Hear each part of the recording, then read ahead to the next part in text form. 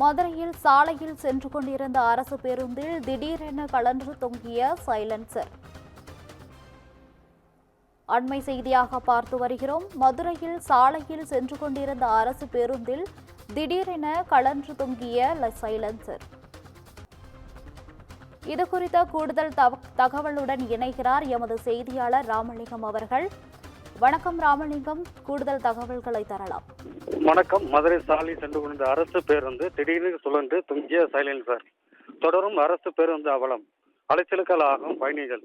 மதுரை மாவட்டம் கல்லுப்பட்டியிலிருந்து பெரியாறு நோக்கி பயணிகள் சென்று கொண்டிருந்த அப்பொழுது மதுரையில் மூலக்கரை அருகே பேருந்து சுட்டுகின்ற போது திடீர் சைலன்சர் கலண்டு விழுந்து சாலையில் உரைச்சபடி சென்றது.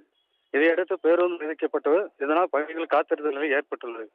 பெரிய அளவில் சைலன்சர் கீழே விழுந்த நிலையில் சாலையில் விழுந்த பின்னால் வரும் வாகனங்கள் அதன் பின்பு ஏறி சென்று பெரும் விபத்து ஏற்படுவது நல்ல வாய்ப்பாக தவிர்க்கப்பட்டுள்ளது.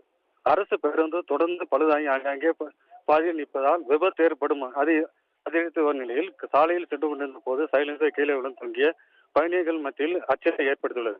அரசு போக்குவரத்து கழகங்களில் உள்ள பேருந்து முறையாக பராமரிப்பான நிலையில் நாள்தோறும் ஏதாவது விபத்து நடைபெற்றுக் கொண்டே இருப்பதால் அரசு போக்குவரத்து கழகங்களில் உள்ள பேருந்துகள் முறையாக சோதனை செய்த பின்பாகவும் ஓட்டுநர் நடத்துனர் எடுப்பதாகவும் அனுமதி அளித்தனர். இது பலனடைந்த பேருந்து சிறுமைக்கு நடவடிக்கை கோரி பொதுமக்கள் கோரிக்கை விடுத்துள்ளனர்.